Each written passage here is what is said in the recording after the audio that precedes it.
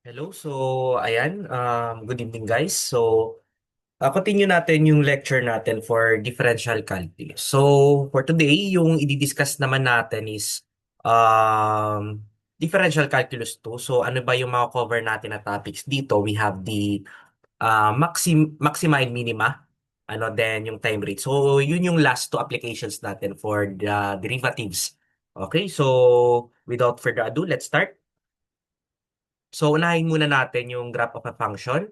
So, nakalagay dito na yung graph of a function, so let's say yung y natin is a function of x, pwede natin siyang i-plot via calculus approach. So, example, meron tayo ditong graph, So, note that in this curve, So as x increases, okay, the curve rises if the slope is positive. So, example, dito sa point A natin, So, kung titingnan natin yung tangent dyan is positive. Okay, paakyat siya. Okay, and false naman if the slope is negative. So, example dito is yung point C.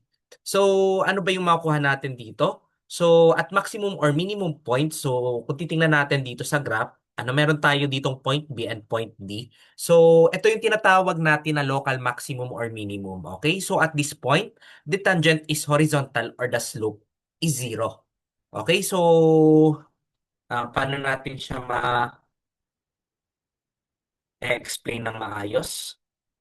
So, wait lang. Ayan. So, mag-drawing ako dito. Halimbawa, kapag yung y natin, okay, yung first derivative natin is equal to zero. Okay? So, ibig sabihin lang yan, yung tangent natin is horizontal or slope is horizontal.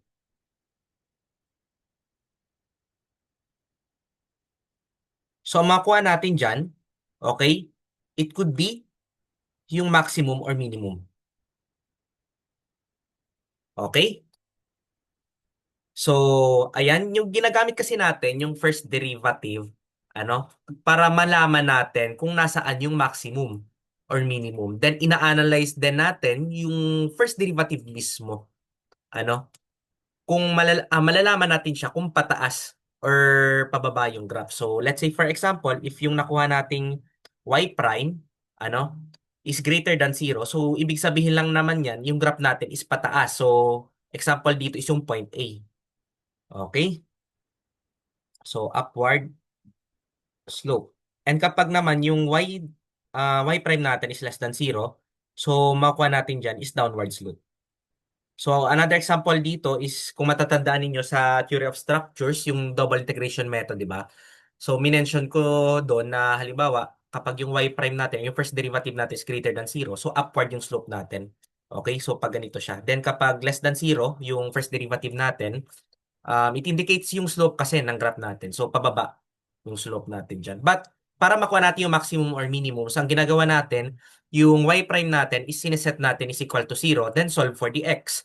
Okay? Say for example, yung hinanap natin is yung value ng x wherein yung graph natin, ano, or yung value ng y natin is i-maximum or minimum. Okay, hinanap natin yung value ng x. So, ang gagawin natin dyan, yung y prime natin is set sa 0. So, hindi naman laging y yung name-mention na variable eh. Kasi may mga applications tayo pagdating sa maxima and minima. Okay? So, next slide tayo. So, alimbawa, ito. Para makuha natin yung maximum or minimum value, so, isa-set natin yung derivative ng y with respect to x equal to 0. Okay, so take note that this does not necessarily mean that at this point the function is maximum or minimum. Kasi may mga instances guys, halimbawa ito yung coordinates natin, x and y. Okay, then yung graphing natin is parang ganito. Okay, so kung titingnan natin, may mga local maximum tayo dito, which is ito. Then ito yung minimum natin. And meron pa tayong isang maximum dito. So, sa tingin nyo guys, ano yung pinaka-maximum? So, syempre ito. Okay? It does not mean na halimbawa, nakuha nyo na ito na yung pinaka-maximum niya. Kasi meron pa ditong value. Okay? So, ayan. Another thing para ma-check natin yan is true concavity. Okay? So, aside from first derivative, pwede natin i-check via second derivative. Okay? So, the second derivative of a function is the rate of change of the slope. So, halimbawa, makikita natin yan by getting the second derivative. So halimbawa, if y prime is equal to 0 and yung y double prime is negative, okay? So ano ibig sabihin niya, yung nakuha nating um, y double prime is less than 0, then y prime is equal to 0. So ibig sabihin lang niyan, yung point natin is maximum. Okay? And concave downward siya. So, ibig sabihin ng concave downward is pag ganito yung graphing natin yan. Okay? Parang naka-frown face. Okay? Then, another naman is kapag yung y prime natin is equal to 0, then kapag yung y double prime natin is positive, ibig sabihin lang yan, greater than 0. So, therefore, yung point natin is minimum point. Okay? So, parang naka-smile siya or concave upward. So, for example, in this case, ano, so, nandito, sa point B, yung y prime natin dyan is equal to 0, then yung y double prime natin dyan is less than 0. Okay? And kapag dito naman sa point D, okay, yung y prime natin is equal to 0 and y double prime is greater than 0. Kasi naka-smile face siya. Okay? Makikita natin. Okay po. So, next slide. So, next, we have the points of inflection. Okay, so ano ibig sabihin ng points of inflection? So, point of inflection is a point at which the curve changes from concave upward to concave downward or vice versa. So, halimbawa, dito sa figure natin, meron tayo dito point E. So, yung point E po, yan po yung tinatawag nating point of inflection. So, yung points of inflection, makakuha natin yan, kapag yung y double prime natin, isinet natin equals to 0. So, ibig sabihin lang yan, merong transition, okay, ng concavity. So, it could be from concave upward. Halimbawa, pwede rin dito yung point of inflection eh. So, tawagin nating point F. Okay? So, kung titingnan natin yung graphing natin dito, so dito, okay, naka-concave downward yan. Okay? Then from point F, once na-reach natin yung point F, so magbabago yung concavity natin dyan. So magiging concave upward ulit. Okay? Then pag na-reach natin yung another point of inflection, which is yung point E, so from concave upward, magiging concave downward din yan ulit. Okay? So, ganyan lang naman pagdating sa point of inflection. So, sineset natin yung second derivative equals to 0. Okay? So, ayan. Then, ano ba yung mga steps na ginagawa natin para makuha natin yung maxima and minima? So, for application na ito, guys, So, first, identify the variable to be minimized. So, for example, binibigay doon sa problem na kailangan inanap yung minimum area. So, for us to solve for the minimum or maximum area, express natin siya with the use of relevant variables. So, usually, itong mga relevant variables, independent variables ito. Okay? Na makapagbabago sa area. Okay? So, halimbawa, meron tayo ditong function ng, yung a natin is a function of x and y. Pero hindi dapat maging tatlo yung variables natin para makuha natin yung maxima or minima. So, halimbawa, meron tayong x and y variable na mention. So, gagawin natin yan, i-express natin yung y in terms of x or vice versa. Okay? Then, hanggang yung matira na lang yung A or yung area which is yung A natin and it could be X and Y. Pipili lang dun sa isa. Okay, then i-differentiate natin in terms of yung area in terms of X or Y. Okay, so halimbawa, yun na yung sinabi ko. So if the function shall consist daw of more than one variable, so express it in terms of one variable. So halimbawa, yung A natin is a function of X and Y. Okay? So, dapat maalis natin yung isang variable. Okay? Halimbawa, alisin natin yung y. So, ang gagawin natin, yung y is i-express natin in terms of x. Okay? So, magsiset tayo ng another conditions. Okay? In the problem para mabawasan yung isang variable. Okay? Then, halimbawa, natira na lang na variable is yung a and x. Okay po? So, i-differentiate na natin yung equation to 0. Okay? So, halimbawa, ito, dA over dx is equal to 0.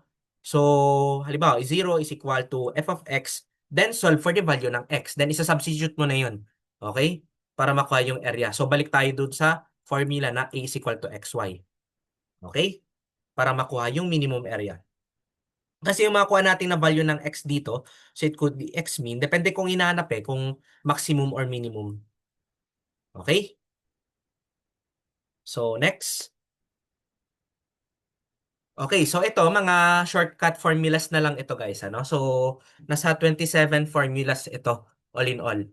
Okay, so ito yung mga kadalasang lumalabas na applications pagdating sa maxima and minima. So first, we have the minimum length of ladder leaning against a building. So halimbawa, ito building ito, ano? So meron tayong ladder having a length L. Okay, nakalin siya dito sa against a building with one end on the ground outside the wall. Okay, so ito yung wall natin. Okay? Ito yung wall. So yung isang end ng tawag dito ng ladder natin having a length L, nakalin siya dito sa outside portion ng wall natin. So sabihin natin yung wall natin has a height h. Okay? So yung L natin, yan yung length ng ladder, and yung x naman is yung distance between ng wall and ng building natin. So paano natin makuha yung minimum length of ladder? So we use this equation. L 2/3, L raised to 2/3 is equal to H raised to 2/3 plus X raised to 2/3. So next naman, so we have this Norman window of given perimeter. Kung titingnan natin, ano, so ito yung window natin having a dimension X and Y. Then yung sa taas niya, ano, so may semicircle tayo dito having a radius R. And kung titingnan natin, may relationship between R and X eh. So kung titingnan natin dito, yung R is equal to X over 2. Okay? Or diameter is equal to x. Kasi 2r is equal to d lang eh. Okay? So, ayan. We have this relationship. X raised to 2/3 plus y raised to 2/3 is equal to, should be r. Okay? Raised to 2/3. Okay? Mali-mali. So, ito, area pala. Okay po. So, next. So, next naman is yung maximum area of a rectangular window surmounted by a right isosceles triangle of known perimeter. So for this case, kung titingnan natin, ano, so another case naman sa window, so having a height h naman dito. Okay, pero meron tayo ditong triangle, ano, naka-surmount dito sa yung rectangular window, it is surmounted by a right isosceles triangle. So ano ibig sabihin ng isosceles triangle? So two sides yan are equal. Okay? So, we have this relationship, yung h daw should be equal to y. Okay? Then, for the maximum viewing angle, theta of an object, so halimbawa, ito, ano? So, para makuha natin yung value ng x natin, okay, that is equal to square root of a and b. Okay? So, ito yung mga shortcut formulas natin. Then, for number 5 naman, yung length of line tangent to an ellipse. So, we have this relationship L is equal to a plus b. Okay? So, ito yung b, then ito yung a. Okay, then for minimum perimeter ng rectangular lot, so tatlong sides lang siya, no? So usually, mga ganitong problem, halimbawa, ito raw is river. Okay, so hindi mo na siya kailangan i-fence eh, itong side na to. Okay, so ang kailangan nating i-fence lang is ito. So para makuha natin yung minimum perimeter, we use this formula, x is equal to 2y. Okay?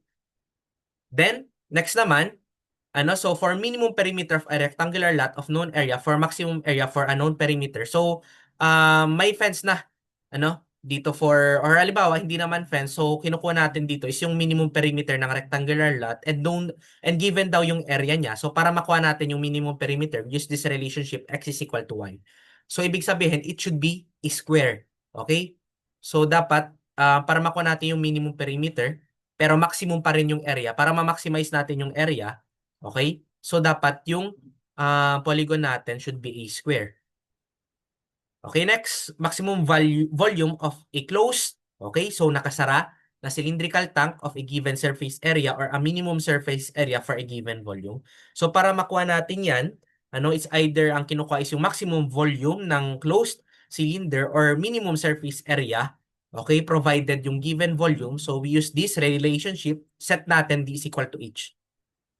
Okay? So, next. So, kapag open cylinder naman, ito naman yung gagamitin natin na formula. Set natin yung diameter is equal to twice ng height. Okay, kanina, diameter is equal to height for the closed. Kan kapag open, d is equal to 2h. Kung titingnan natin yung mga formula, madali lang naman masauluhin eh. So, instead na using differentiation, so, I guess, mas madali sa inyo kung i-memorize nyo. But, kung gusto niyo na gamay nyo talaga yung mga principles behind it, so, I recommend din na gamitin nyo yung differentiation. Okay, but kung gusto nyo, like, mabilisan na lang, pero hindi naman kasi lahat ng problems may mga given na shortcut eh. So you have to differentiate pa din. So, it would be better na dapat alam nyo kung paano i-differentiate siya step by step. Okay? Then for number 10, maximum volume ng closed rectangular box. So close yung rectangular box natin given yung sum ng all edges or given total area. So we have this relationship. Set natin x is equal to y is equal to z. So dapat naka-cube daw siya. Okay? Para makuha natin yung maximum volume. Okay, next. So maximum volume naman ng open. So kanina naka-close, ngayon open naman. Okay, ng rectangular box of square base, dapat yung base is square, or and given surface area or minimum surface naman for a given volume. So we use this relationship x is equal to 2h. Okay? Then for a rectangle naman of maximum area or perimeter that can be cut from a circle of radius r. Okay? So ibig sabihin dito is yung maximum area, ano, ang hinanap dito, halimbawa, ang kinukuha natin is yung maximum area or perimeter na pwedeng ng rectangle na pwede nating i-cut dito sa circle. So we use this relationship x is equal to y. Okay? It should be a square para ma-maximize natin yung area. Next. For the strongest or stiffest daw na rectangular beam na pwedeng i-cut sa log of radius r, okay? So d is equal to b times the square root of 3. Okay? Then number 40 naman, for maximum capacity of a trapezoidal gutter or canal of known perimeter or minimum perimeter of known capacity, so set natin na x is equal to 2y. Okay? So it could be a half regular hexagon. Okay, kung titingnan natin, kalahati siya ng regular hexagon. Next. So for maximum volume naman, so for the right circular cone having a lateral area, so or vice versa naman, yung kinukuha is minimum lateral area given yung volume. So we use this relationship h is equal to r times the square root of 2. Then for the largest rectangle naman na inscribed sa ellipse, okay? So we use this relationship x is equal to a times the square root of 2. Okay? So ito yung a natin, ano? So baka malito kayo. Ito yung a natin.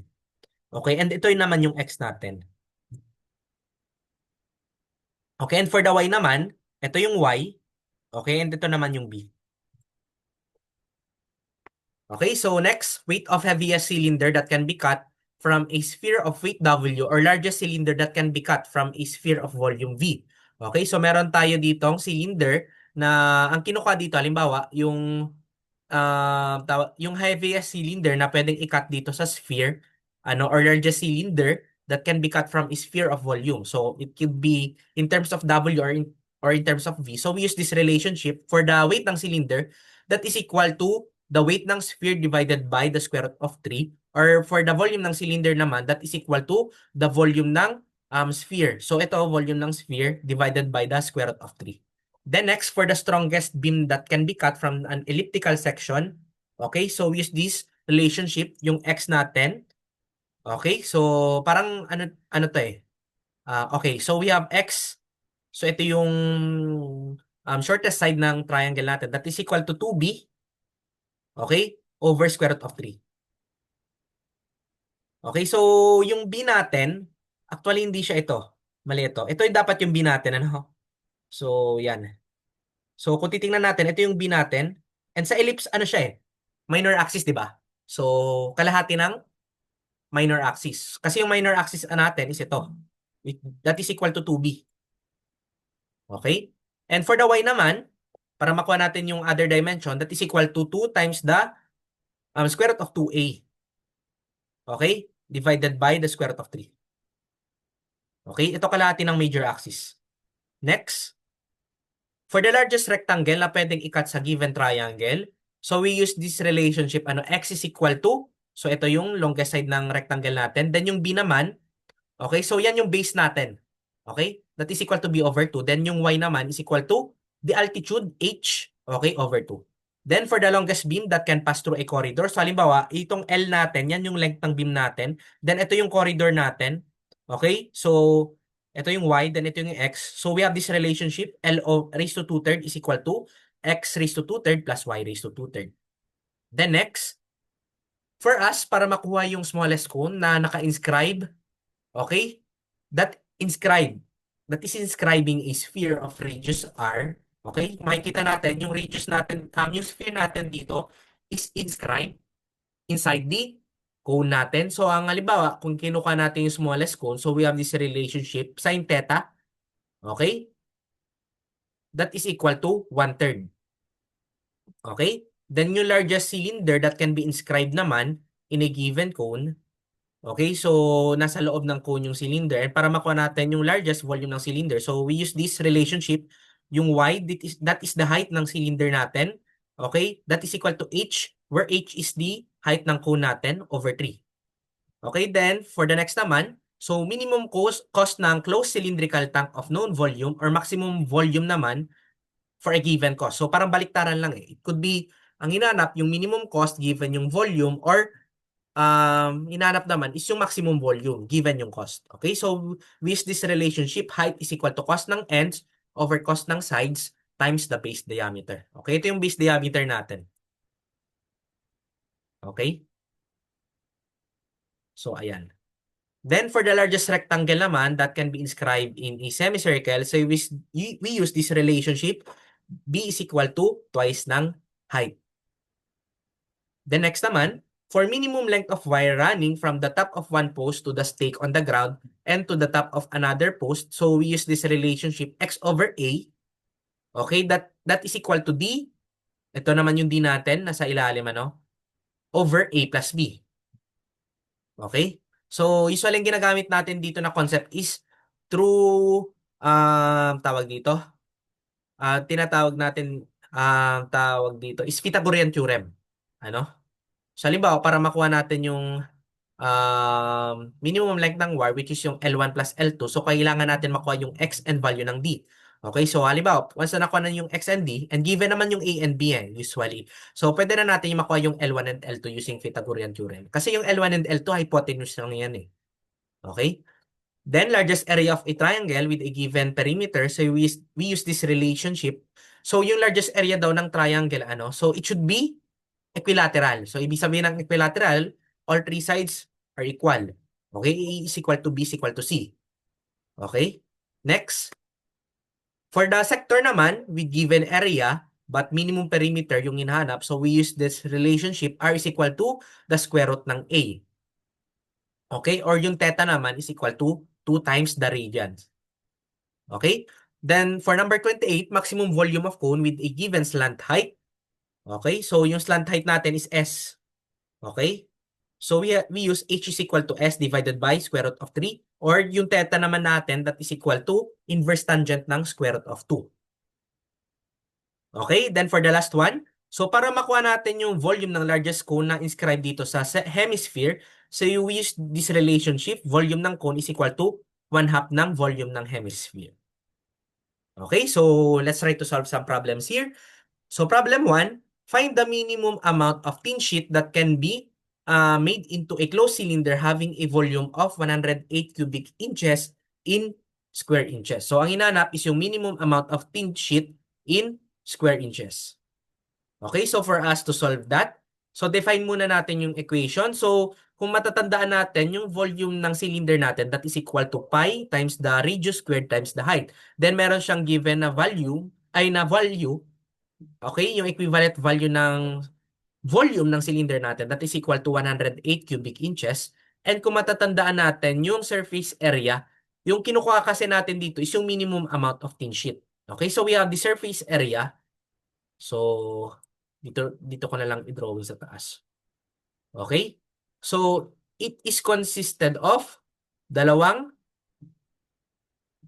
circle. So, yung taas at baba kasi. Then, yung lateral surface area nitong cylinder. So, ito yung area ng dalawang circle natin. Okay? Which is yung taas and baba.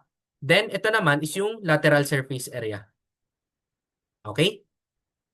So, ayan. Ang gagawin natin next, so set natin yung H is equal to 108 over pi r squared. So galing yun sa volume, So hiniwalay natin yung H kasi kailangan natin i-express lang sa isang variable. Hindi pwedeng mag-coexist yung R and H sa isang formula and i-differentiate natin. Dapat dalawang variable lang na yung matitira. It should be V and pipili lang sa R and H. Okay? So, yan. In-express natin yung H in terms of R, So, h is equal to 108 over pi r squared. Then, isa-substitute natin siya dito sa formula natin for the surface area. So, we have S is equal to 2 pi r squared plus 2 pi r times 108 over pi r squared.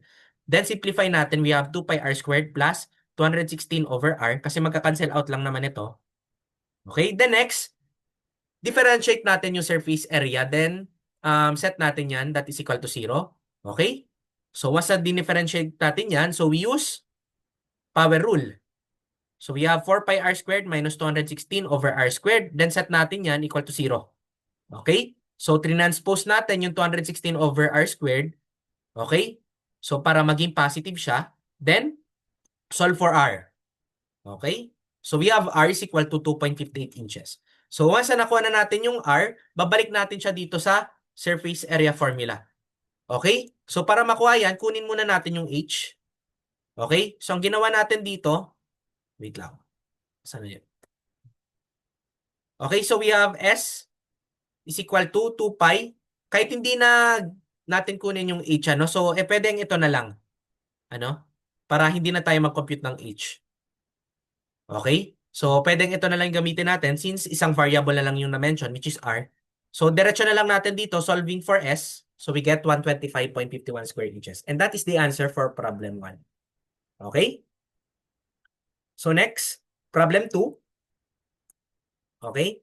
So, a Norman window is in the shape of a rectangle surmounted by a semicircle. What is the ratio of the width of the rectangle to the total height so that it will yield a window admitting the most light for a given perimeter? So, paano natin siya isosolve? So, una is define muna natin yung mga variables and equations. So, kung titingnan natin, meron tayo ditong width ng rectangle. Okay?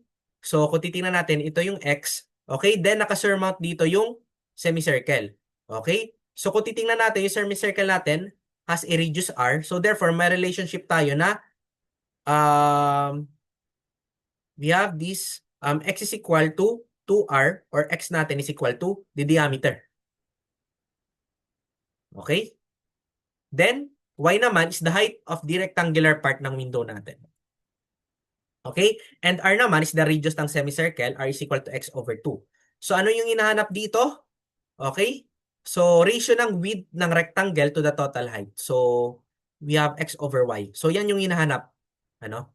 So, for us to solve that, so kunin muna natin yung perimeter. So, gamitin natin yung perimeter formula. P is equal to x. Okay? X plus 2y. Okay? Y and y ito. Then, kalahati ng circumference natin. Kasi naka-semicircle lang. That is equal to pi half ng x. Okay? So, since kung titingnan natin, meron tayong dalawang variables, x and y. Okay? So, limit lang natin siya. Ano? So, for the area, kung titingnan natin, we have xy. Okay? So, we have x times y plus 1/2. Okay? Ng pi times x over 2 squared. Okay? So, we have xy plus pi x squared over 8. So, sinimplify lang natin ito, ano? Okay, so ito, for the rectangle, then ito naman, for the semicircle, yung area. So, next step, express natin yung area as a function of one variable. So, para magawa natin yan, okay, so we have 2y is equal to p minus x, minus pi x over 2. Then, isolate natin yung y. Okay, so ang mangyayari dyan, isa-substitute natin, okay, yung y dito. Okay, using, in terms of p and x.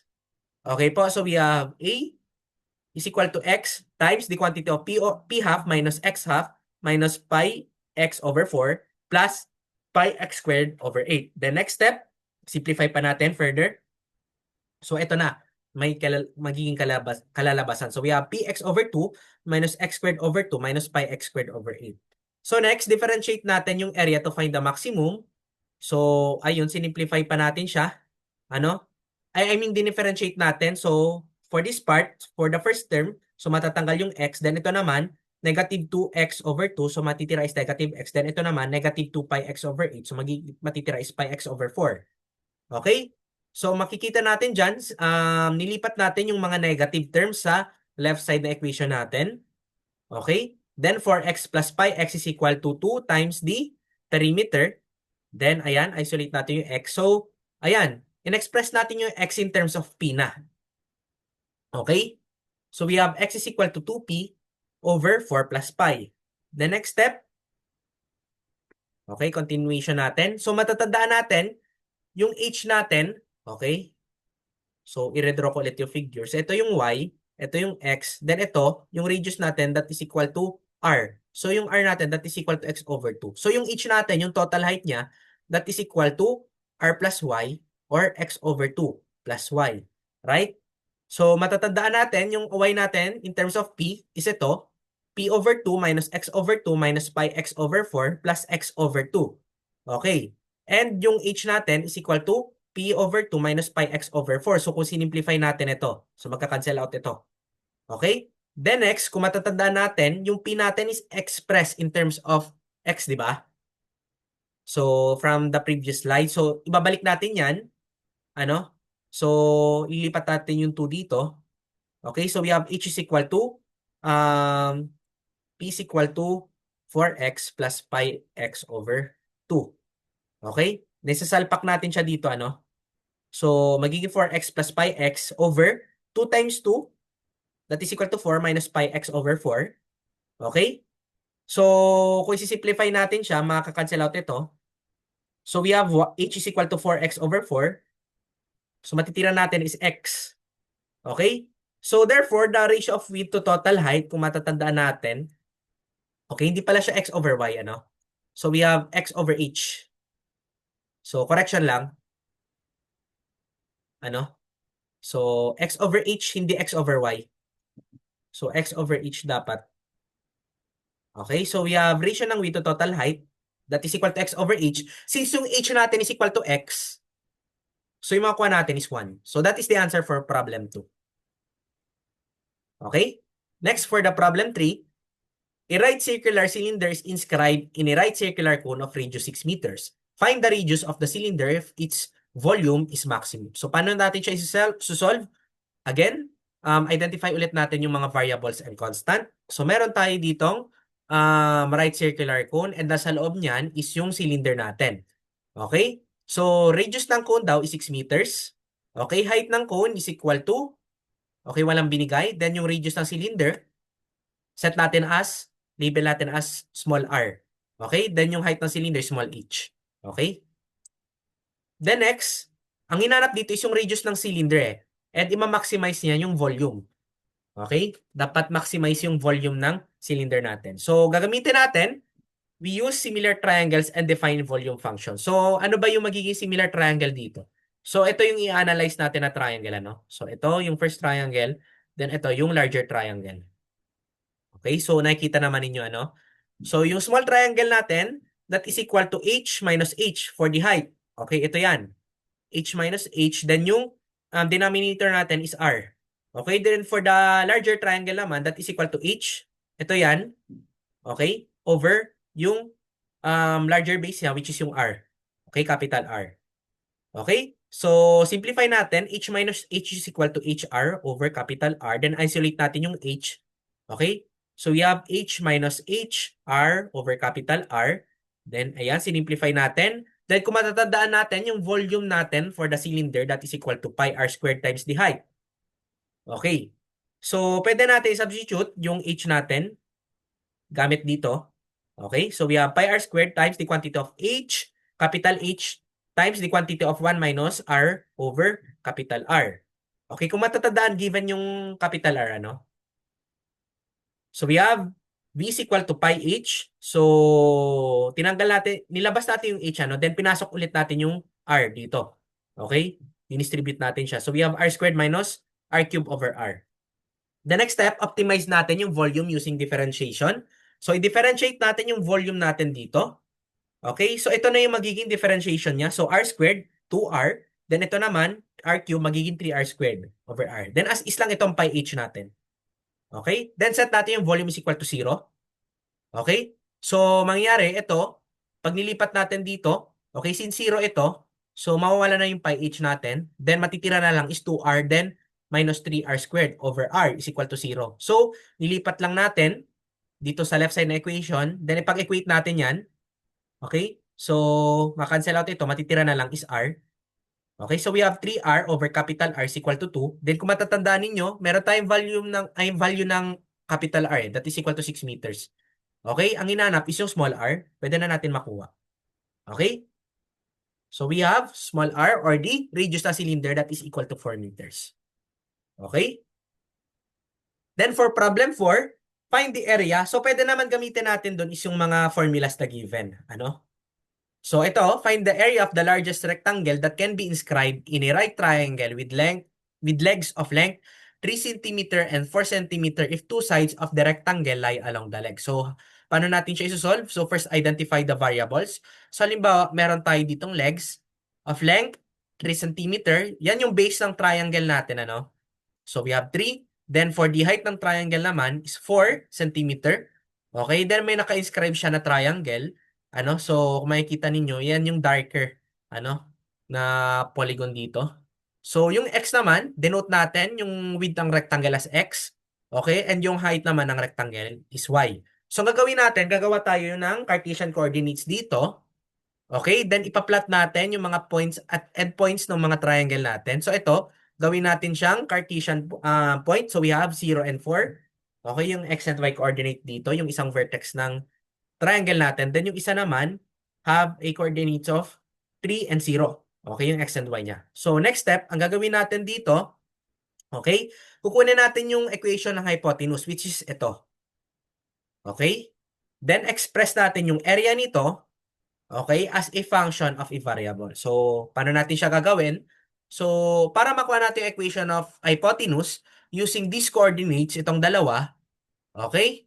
So, we will be using intercept form kung matatandaan ninyo for analytic geometry. So, ano yung intercept form? We have x over a plus y over b is equal to 1. Okay, so yung a natin dito, that is equal to 3.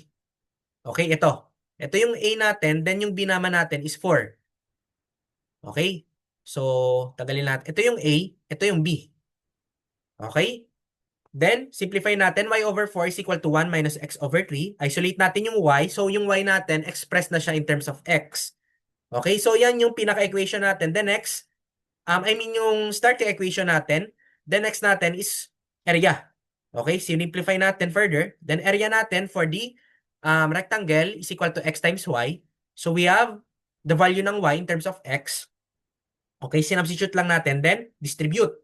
Okay? Yung x. So, we have 4x minus 4/3 ng x squared. Then next is i-differentiate natin yung area function. Ito, i-differentiate na natin yan. Then set natin yung area is equal to 0 para makuha natin yung value ng x. Then once na nakuha natin yung value ng x, makukuha na natin yung value ng y. Then solve for the area. Okay? So set natin yan is equal to 0. So ito yung differentiation or derivative ng function na to. Okay? That is equal to 4 minus 8 over 3 times x.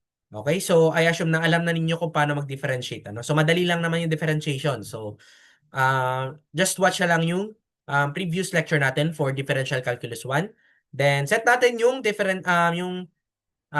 tawag dito, yung area natin equal to 0 para makuha natin yung value ng x. So we have x is equal to 1.5. Then let's solve for y.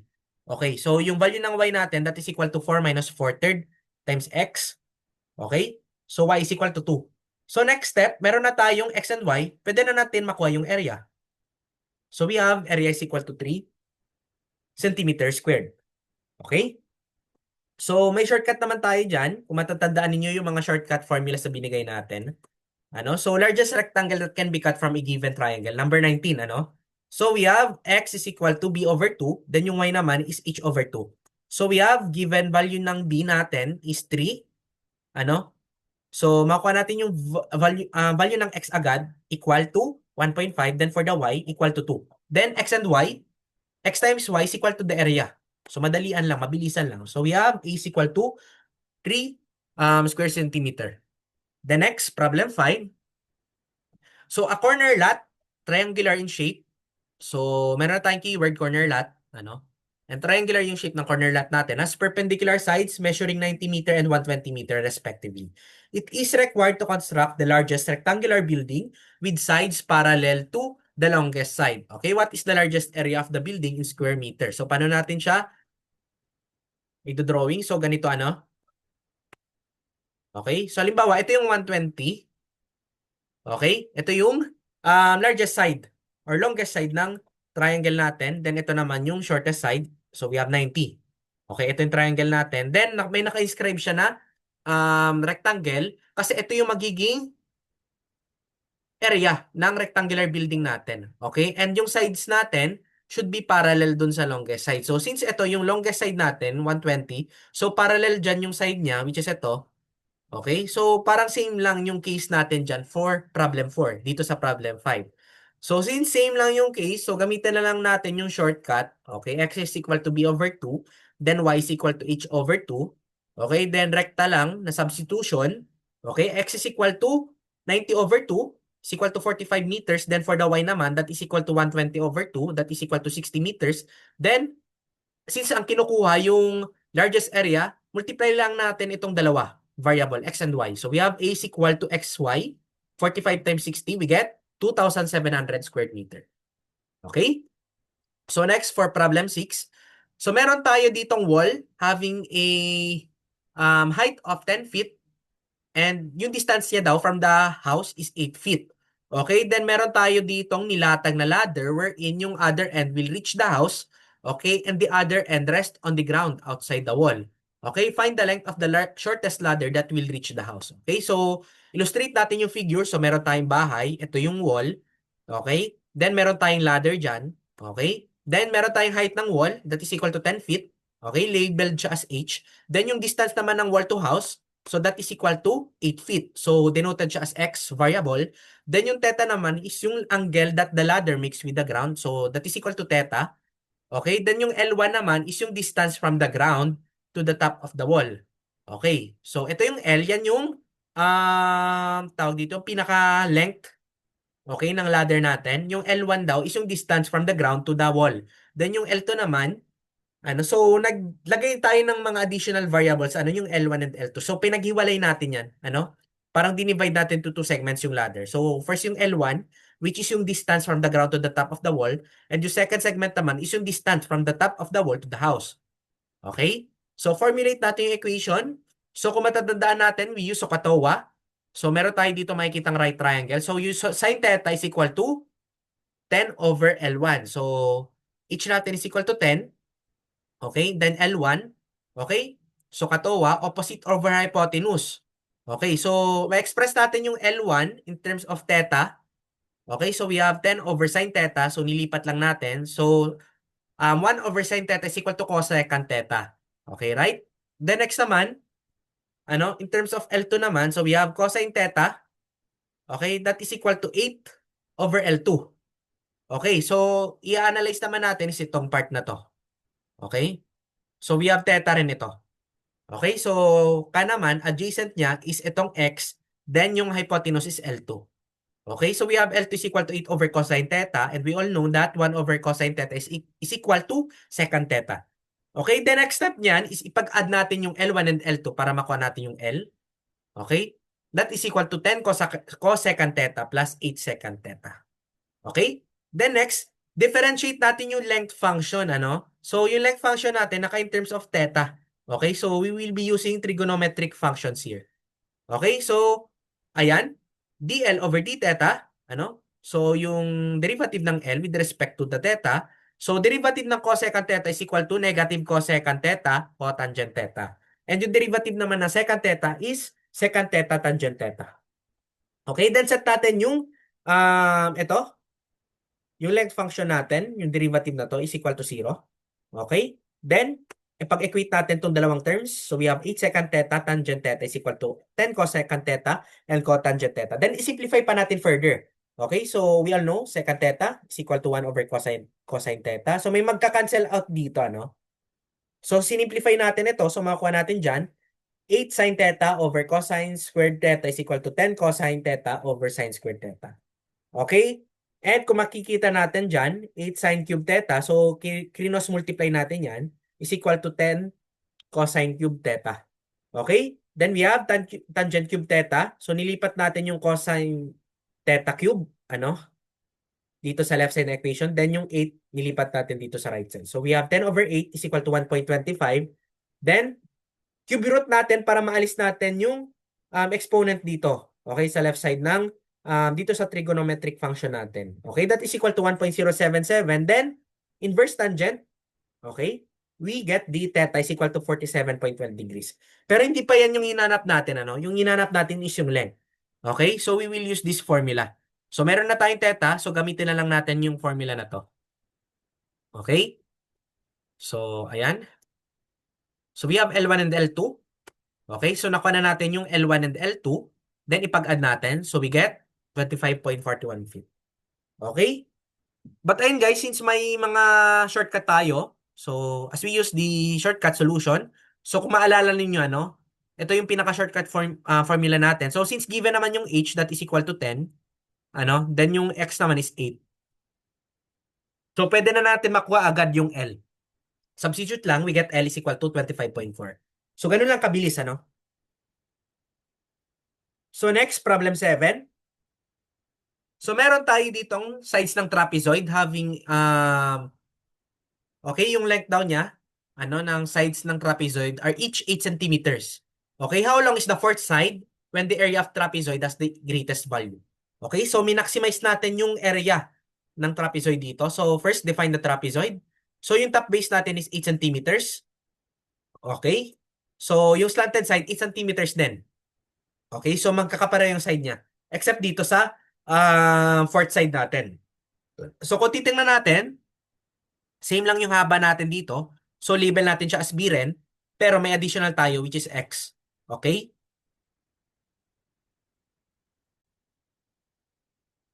So, yan. Next step natin dito. Ano, we will be using Pythagorean theorem.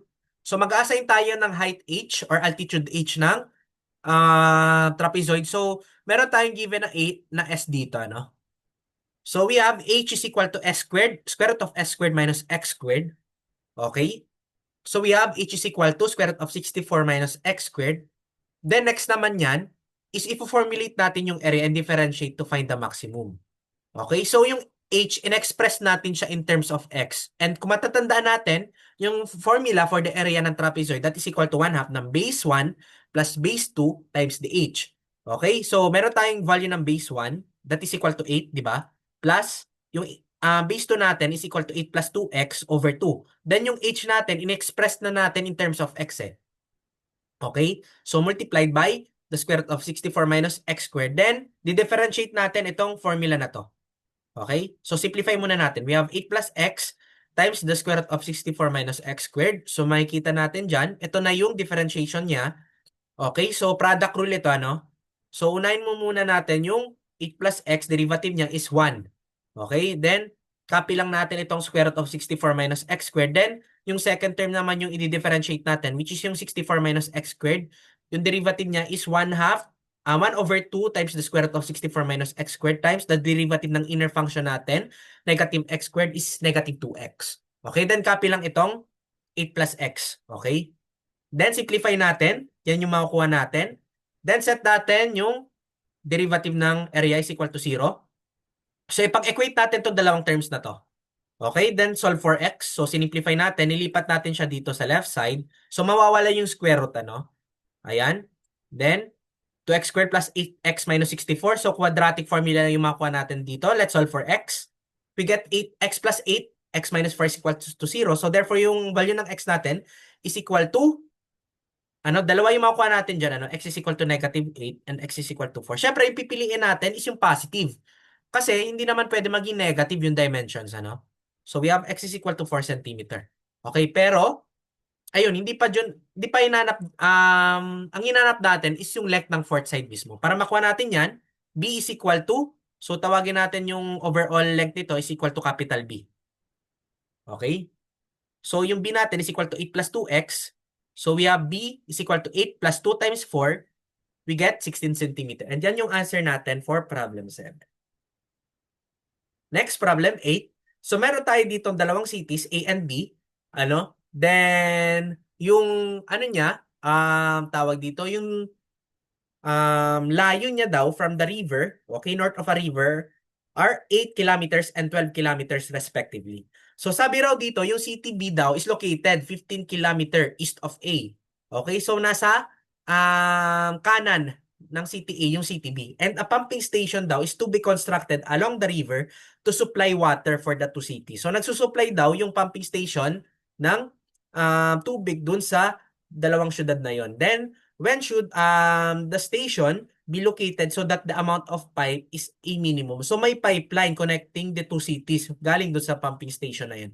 And yung inahanap is yung location ng pumping station na yun. So, paano natin siya isa-solve? So, una, magsiset up tayo ng coordinate system for this case. So, halimbawa, ito yung river natin. Then we use X and Y. So, this will be the X and Y. Then i-pinpoint natin. Or i-locate natin yung dalawang cities. Okay? So, yung city A natin, so i-locate natin at 08. Okay? Then, yung B naman, city B, so meron tayo ditong clue, 12 kilometers siya, north of the river. Okay, so halimbawa, nandito yung, nasa along x-axis yung pumping station natin, So, sabi daw, yung city B daw is 12 kilometers north of the river and 15 kilometers east of A. Okay? So, ipa-plot natin siya dito. So, yung B natin has a coordinate of 15 for the X and 12 for the Y. Okay? Then, yung pumping station natin is located on the river at unknown value X. Pero yung Y value natin is isaset natin equal to 0. Okay? Kasi sinet natin na along the x-axis lang yung location ng pumping station natin. So, lagay natin dito. P natin has a coordinate of X and 0. Okay? So, ilocate natin, ipag-connect natin itong pumping station and itong dalawang cities, okay? And yung broken line na yan po yung magiging pipeline natin. So, ang hinahanap is yung location ng pipe na to, okay? Para makuha natin yan is dapat makuha natin yung length nitong pipe na to. Okay? So, para makuha natin yung, hindi naman kailangan natin kunin yung length, kundi i-minimize natin yung length na yan. So, ang gagawin natin, kukunin natin yung actually yung length, pero gagamit tayo ng distance function. So, when we say distance function, distance formula lang yan. So, meron tayong mga coordinates dito, So, we have length AP. Okay? Ito, tawagin natin length AP. Then, ito naman is length AB. Okay? So, for the length AP, so we use distance formula. So, x minus 0 squared plus 0 minus 8 squared. So, isi-square root natin. For the AB naman, okay, so simplify lang natin. Then for the BP naman pala, sorry. So BP ito, hindi siya AB, BP. That is equal to 15 minus x squared plus 0 minus 12 squared. Okay? So we have 15 minus x squared plus 144. Okay? Then yung function natin ng length na to, that is equal to AP plus BP. Then ipag-combine natin itong dalawa. The next step is i-differentiate na natin siya. Then set natin yan equal to 0. Okay? O titingnan natin, so naka-square root tayo dito. Okay, so isa-isayin natin siya i-differentiate. X squared plus 64, raised to 1/2. So, mas madali kung i-convert natin yung square root into exponent. So, naka 1/2 siya. Then, we will be using power rule, para mas madali yung pag-solve natin. So, ito yung magiging differentiation niya. Then, simplify natin yan. Okay? So, we get this. Then, ipag-equate natin yan. So we have x over the square root of x squared plus 64 is equal to 15 minus x all over the square root of 15 minus x squared plus 144. Okay? The next, so continuation natin, i-redraw lang natin. So solve natin yung value ng x. Okay? So, ayun. Wait, nasaan na yun? Okay, so naka-square root yung denominator natin. So ang ginawa natin dyan,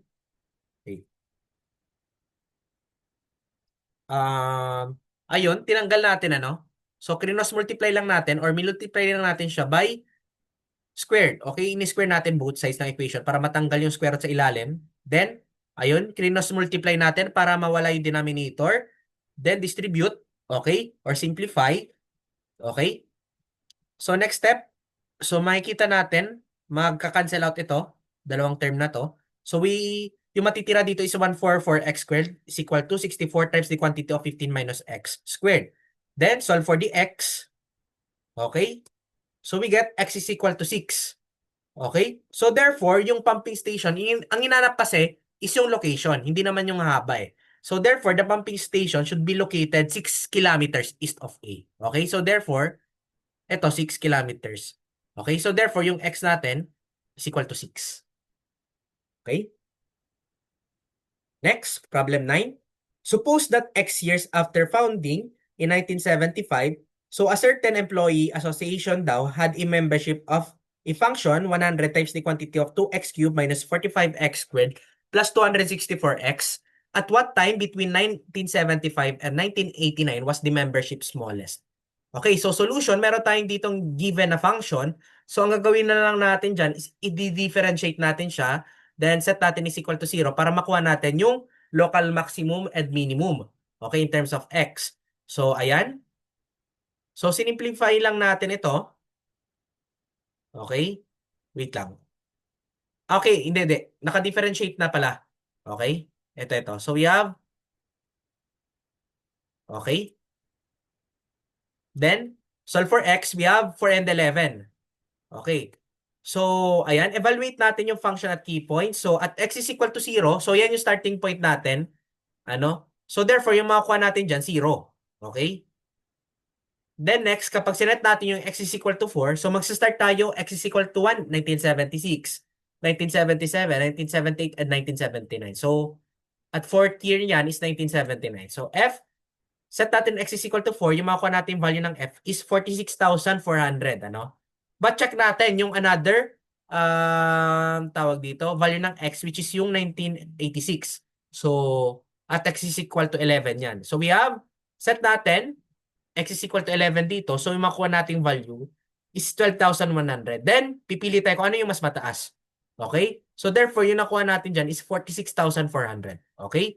So, therefore, yung time daw wherein yung membership smallest occurred at, okay, 1986. Okay? Kasi mas mataas yung value dito. Okay? Kinukuha is smallest. Therefore, yung answer dito is 1986. Okay? Pero kapag hinanap naman, is yung membership daw should be largest. Ano? So, the answer is 1979. Okay? So, next, time rates naman. So, sabi raw dito, if a quantity x is a function of time t, the time rate of a change of x is given by dx over dt. So, ano ba yung mga steps na kinoconsider natin when solving time rate problems? Okay, so first, draw a figure when necessary. Second, formulate equation. Then, differentiate with respect to time. Then, substitute the condition or instant to the equation. Okay, so para mas maintindihan nyo guys, ano?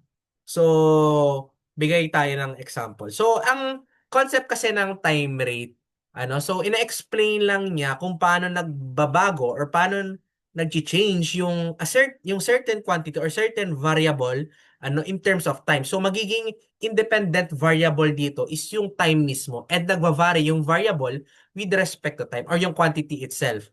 Ano? And yung rate mismo, kung gaano kabilis yung pagbabago na yun yung tinatawag natin time rate. Okay? So, example niyan, halimbawa, for the speed, ano? So, it could be dx over dt or dy over dt.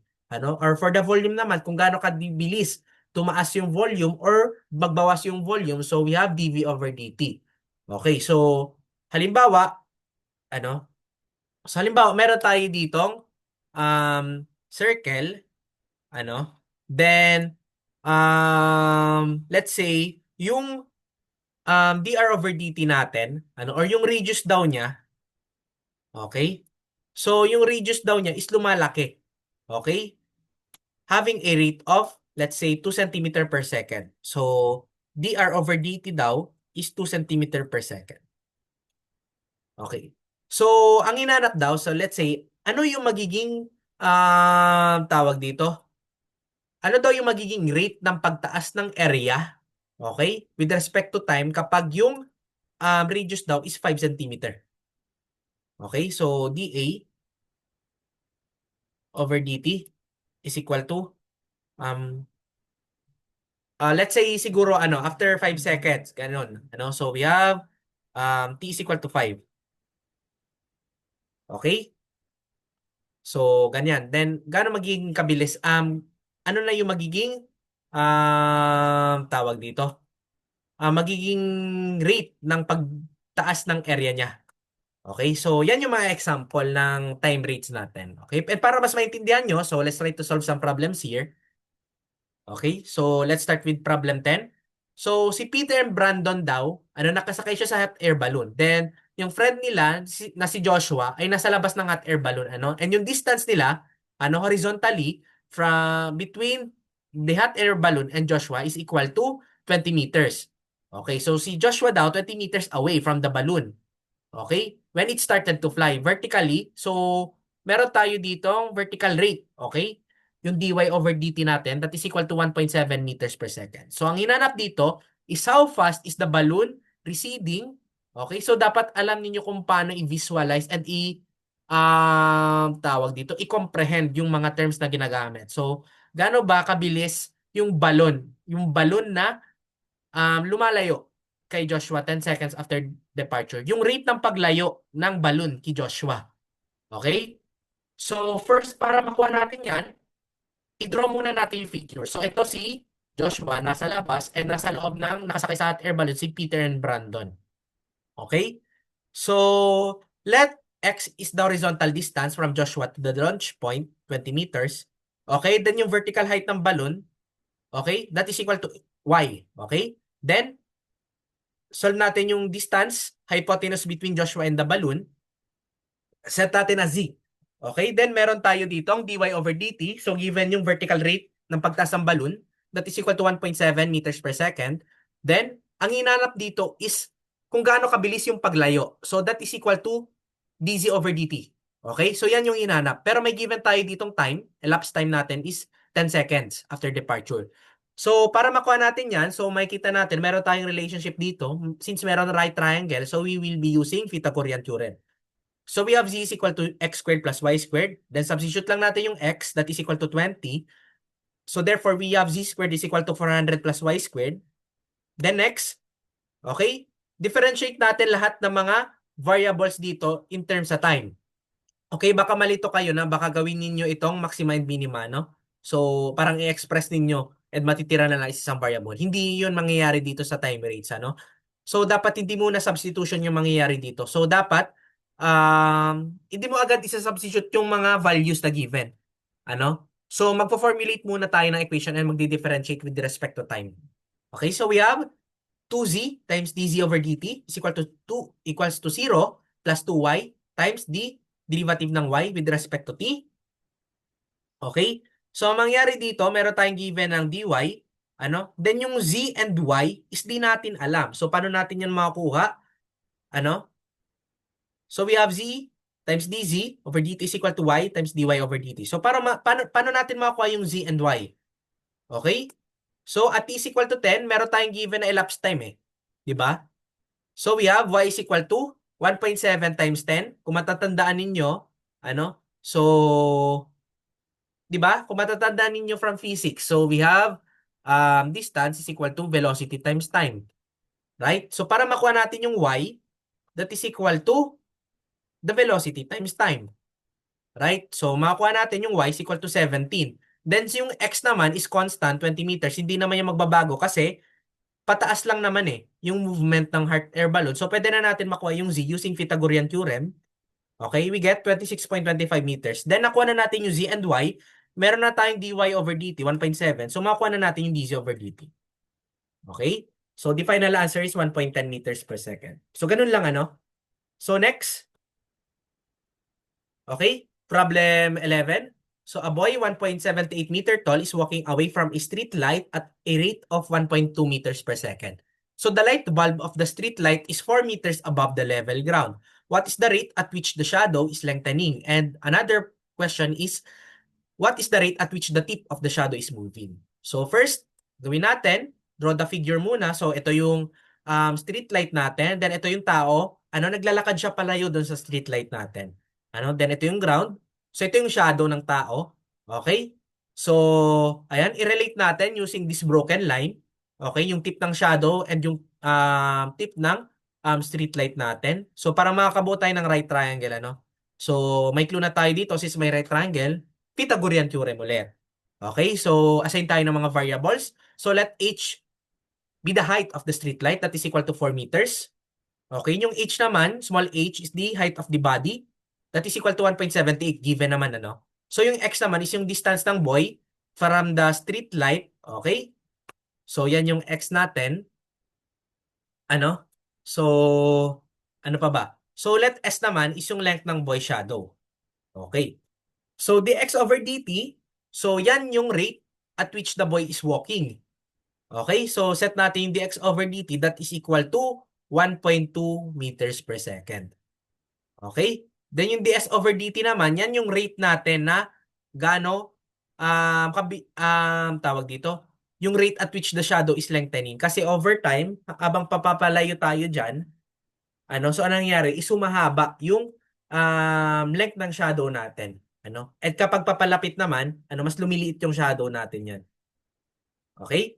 So, another step is formulate the equation and differentiate to solve for ds over dt. So, titingnan natin, we will be using similar triangles. So, aside from Pythagorean theorem, we can use similar triangles here. Okay? So, we have s and h, then s plus x over capital H. So we have S over 1.78 is equal to X plus S over 4. So we have 4S is equal to 1.78 times the quantity of X plus S. Then distribute natin.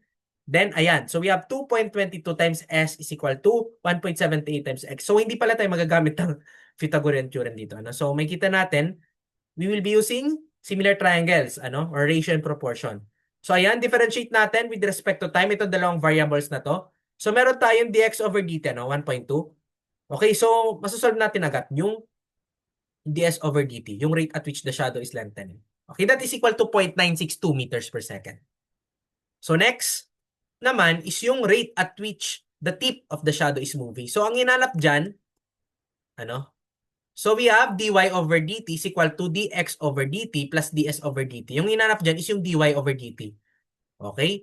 Yung rate at which the tip of the shadow is moving. So, meron na tayong dx over dt, meron na tayong ds over dt. So, pag-add nyo na lang, so yan yung answer natin for the second question. Okay? Next, problem 12.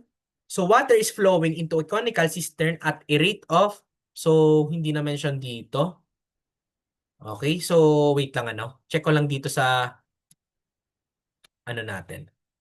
Baka nakalagay naman dito yung rate. So, height of the inverted cone is 12 meters and the radius daw ng circular opening is 6 meters. Okay, how fast is the water level rising when the water is 4 meters deep? Okay, so let V is the volume of water in the cistern and H is the depth of water. Okay, then R is the radius of water at depth H. Okay, so meron tayo ditong depth ng water, sinet, so yung H natin is equal to 4. Okay, hanapin natin yan is yung gaano kabilis, wait lang. Okay, how fast is the water level rising? Yung dH over dt O, ito. So, yung rate daw ng which the water flows in is 8 cubic meter per minute. So, yan yung nawawala dito. So, ang hinanap dito is yung dH over dt. Okay, so paano natin siya isosolve? So, gagamit tayo ng, similar triangles ulit. Okay, pag may mga nakikita kayong cone, so usually ginagamit dyan natin is similar triangles, So we have R over H is equal to capital R over capital H. So substitution, R over H small is equal to 6 over 12. So R over H is equal to 1/2. So therefore, R is equal to 1/2 ng H. Okay, so in-express na natin yung R in terms of H, So next step, okay, copy lang natin yung figure. So, formulate the equation and differentiate it with respect to time and solve for dH over dt. So, ito yung formula natin for the cone, di ba? Then, in-express na natin yung R in terms of H. Sinubstitute lang natin. Okay? Then, simplify natin. Okay? So, we have 1/3 pi times H cubed, H squared over 4 times H. Ayan yung pinaka-simplified na formula. Then, differentiate natin. Okay? dV over dt is equal to pi over 12 times 3H squared times dH over dt. So, meron tayong given ng H that is equal to 4. Then yung dV over dt natin, so that is equal to 8, Okay, so we have 8 is equal to pi times 4 squared over 4 times dH over dt. Solving for the rate, kung gaano kabilis yung pagtaas ng tubig, that is equal to 0.637 meters per minute. Okay? Next. So the lighthouse is 2 kilometers off a straight shore. So a searchlight at the lighthouse focuses to a car moving along the shore. And when the car is 1 kilometers from the point nearest to the lighthouse, the searchlight rotates 0.25 revolutions per hour. So find the speed of the car in kph. So paano natin siya isosolve? So first step, draw the figure ulit. So pinakailangan natin yan when solving time rate. So ito yung lighthouse natin.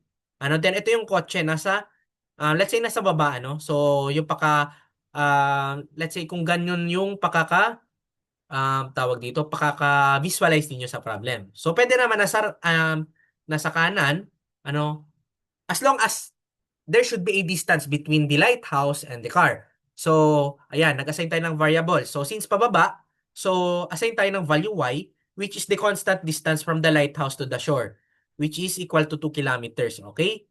So, ito yung shore natin dyan. Okay? So, yung distance daw ng lighthouse sa shore natin, that is equal to y. Okay? So, yung car, gumagalaw siya along the shore. So, since yung shore natin is parang horizontal siya, okay? So, therefore, yung car natin moves horizontally rin. Okay? So, ano magiging constant dyan is yung y. Okay? So, next, x is the distance of a car from the point to on the shore nearest to the lighthouse. Okay, so let's say, um, may given kasi ditong case wherein yung car is 1 kilometers from the point nearest to the lighthouse. Kung titingnan natin, yung car moves to the right, say for example, therefore, yung point nearest to the lighthouse, okay, yung location ng car should be directly below the lighthouse mismo. Okay, ito na yung pinakamalapit na distance ng kotse sa lighthouse. Okay, so ito yung distance x. So mag-assign tayo ng value ng x. So sabihin natin after t seconds, ganun, ito na yung magiging position ng car natin. Okay? So let's say x is equal to 1. So 1 kilometer from the point nearest to the lighthouse. Ito yung point nearest to the lighthouse. So, ayan. Then, ipag-connect natin itong dalawa.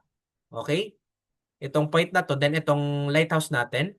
So, let theta is the angle between the perpendicular line. So, ito yung perpendicular line, to the shore and the searchlight beam. So, nandito yung theta natin. Okay? Then let d theta over dt, okay? Yung rate ng pagbabago, kung gaano kabilis yung tawag dito, yung pag-rotate ng searchlight natin, yung rotational speed niya, that is equal to d theta over dt. Okay?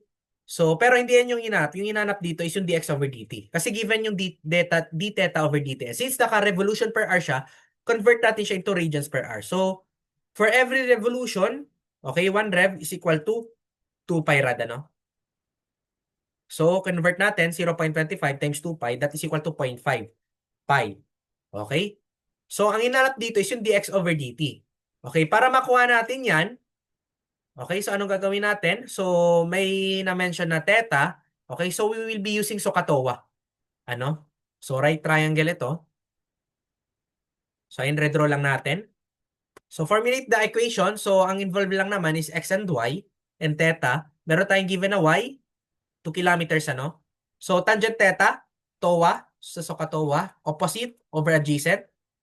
Okay? So, x is equal to 2 tangent theta. Then next, differentiate natin yan with respect to time. So, dx over dt is equal to 2 secant squared theta times d theta over dt. So, kunin muna natin yung value ng secant theta. Okay? Para makuha natin yan, so, matatanda natin secant theta is equal to 1 over cosine theta.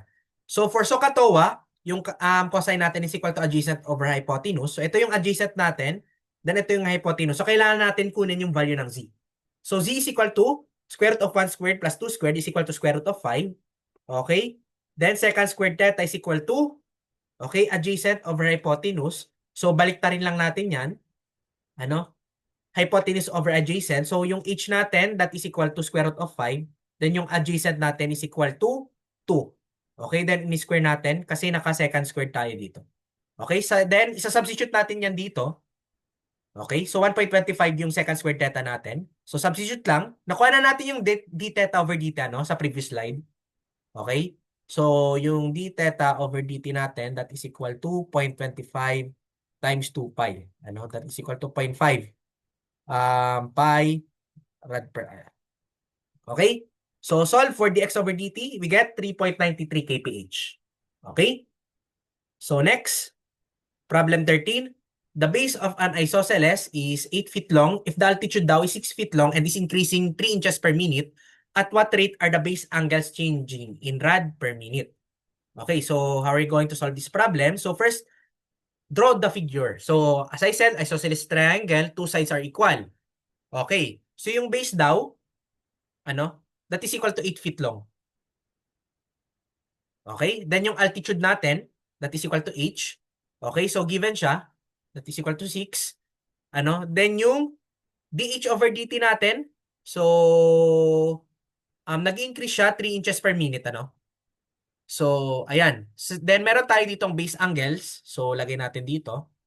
Okay, yan yung base angle natin, So, yung dH over dt, that is the rate of altitude change that is equal to 3 inches per minute. So, since naka-feet tayo, convert natin siya into feet. Okay, so 3 over 12, that is equal to 0.25 feet per minute. Okay, ang inanap dito is yung d theta over dt. Okay, so paano natin siya isosolve? Okay, formulate the equation, differentiate with respect to time to solve for d theta over dt. So, matatandaan natin tangent theta. Okay? So, meron tayo ditong opposite over adjacent. So, yung adjacent natin, side is ito. So, consider lang natin yung itong portion ng triangle na to, So, yung kalahati ng isosceles.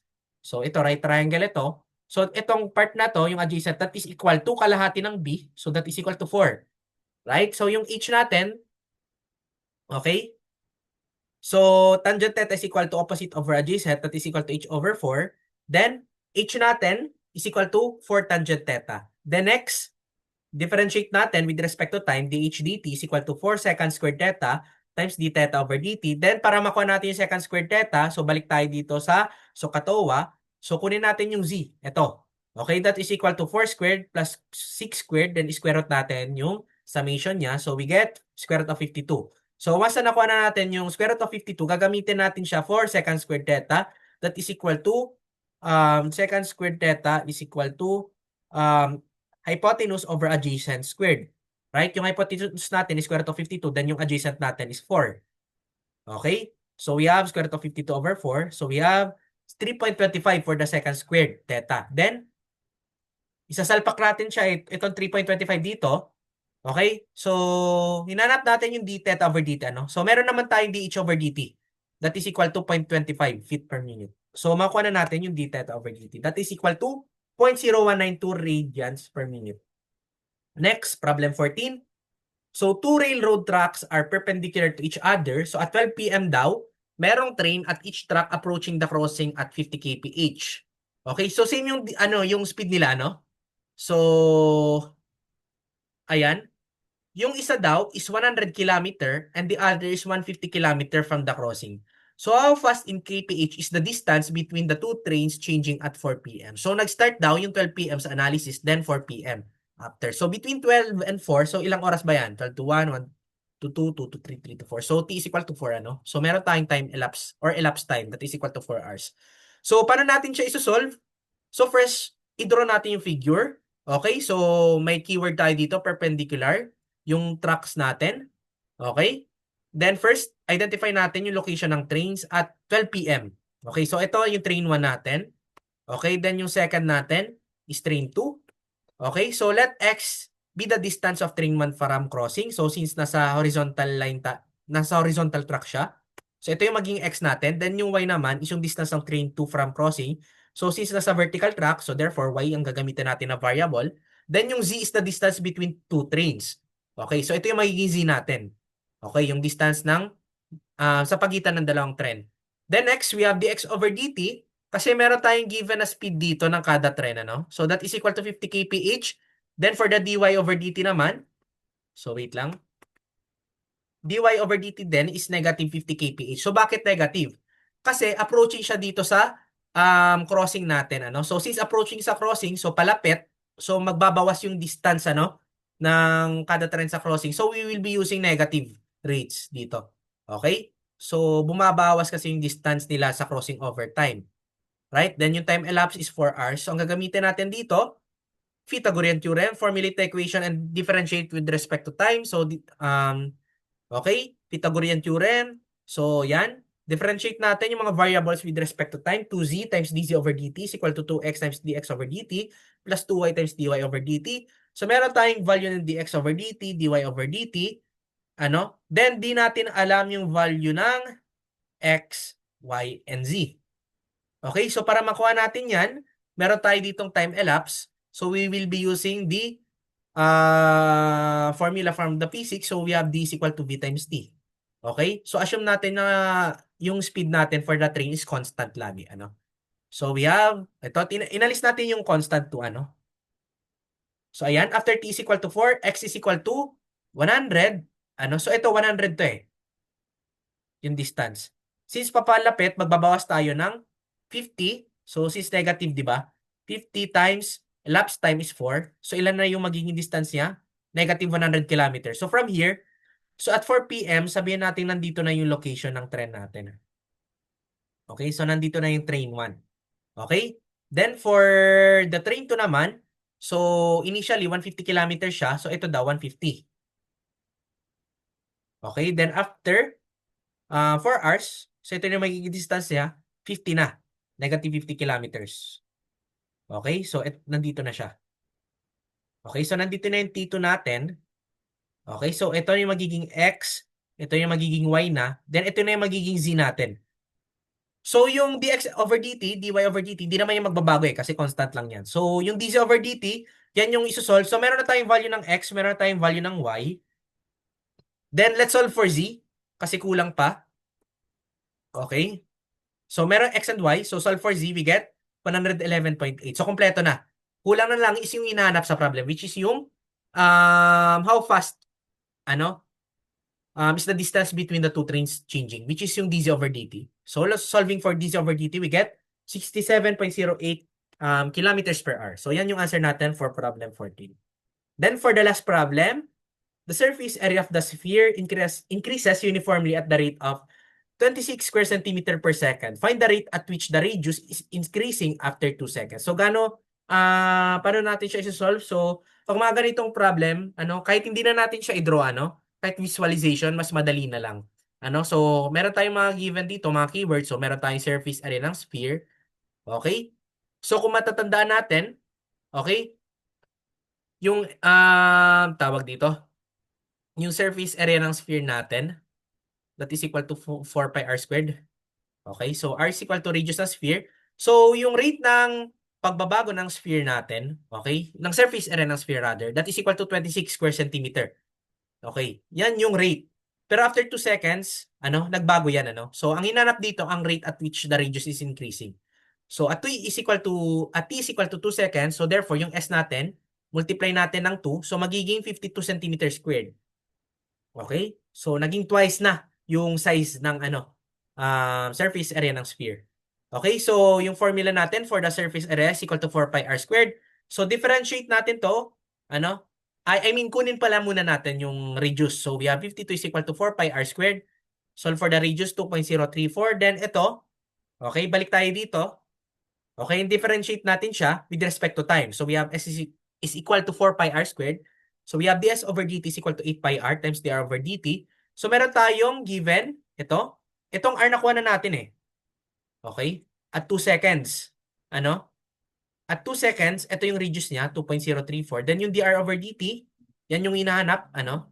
So substitute na lang, then we get the answer. So we have dr over dt is equal to 0.509 centimeter per second. And that ends our lecture for differential calculus. So I hope marami kayong natutunan, guys. The next topic natin for MSTE will be integral calculus na.